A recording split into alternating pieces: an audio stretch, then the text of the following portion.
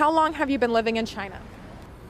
I'm from Washington, D.C., and I came here to China to study. I go to NYU Shanghai. Well, I'm originally from California, and I've been living in China for more than 3 decades. First time I went to China was in the 90s. My mom was doing business here, and she was like always telling me and my sister that China was like the future and that we should learn Chinese. There was just some I don't know, existential draw. That like I just felt like Shanghai was like the place to be. Did living in China meet your expectations? It exceeded them because I want to say prior I really didn't have any expectations of China. It was just like, this is China, it's a big country, they make stuff. But when I came here in Shanghai, I really was like taken back as far as the convenience, the difference in the lifestyle, how global it is. I think it went beyond my expectations.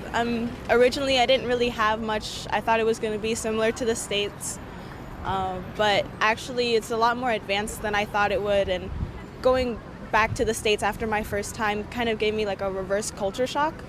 For example, WeChat, Alipay, like you just scan the QR code and you do something, and then back in the States we're still using credit cards. What was your biggest challenge in living in China as an American? I think at the beginning, just learning the language. And not just the translation of the language, but how it's applied, how it's used by people. Because there's a lot of misunderstandings can happen if you don't really understand what's behind their phraseology. And then getting used to their customs.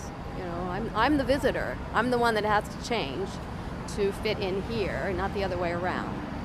I think the biggest challenge was losing my sense of American exceptionalism. Here in Shanghai specifically, you are in constant contact with people from all over the world. And so you get exposed to new ideas.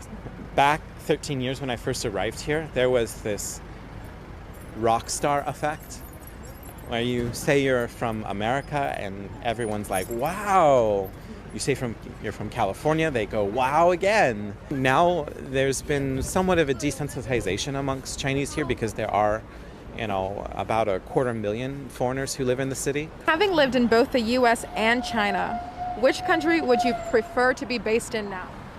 At this very moment, because of the COVID, I am perfectly fine where I am.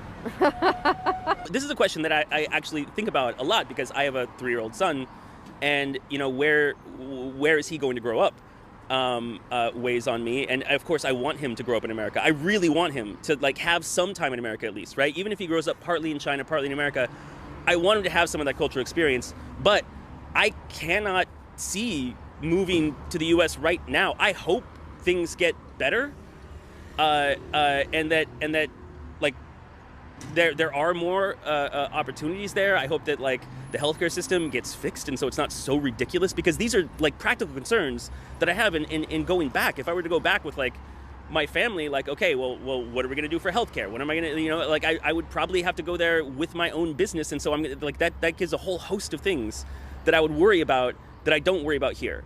And so yeah, like it's a no-brainer that I would rather live in China right now, with or without COVID. But I really want the U.S. to like step up and do better and make it so that I can go back there with my kid, and that he can experience life in the U.S. like I did growing up. I hope that can happen. I hope by the time he's in middle school is my fingers crossed hope. Give it 10 years, but I'm not that optimistic. What message would you send to your family and friends back home? I want to say stay safe. Don't do anything silly, like stay strong. I know things right now in America aren't the best as what they can be, but it will get better. Yeah, come together right now. There's a lot of back and forth, a lot of unnecessary infighting between races, cultures, what's true, what's fake, all of that stuff. Just get on the same page and get past the virus, and then deal with all that other stuff later.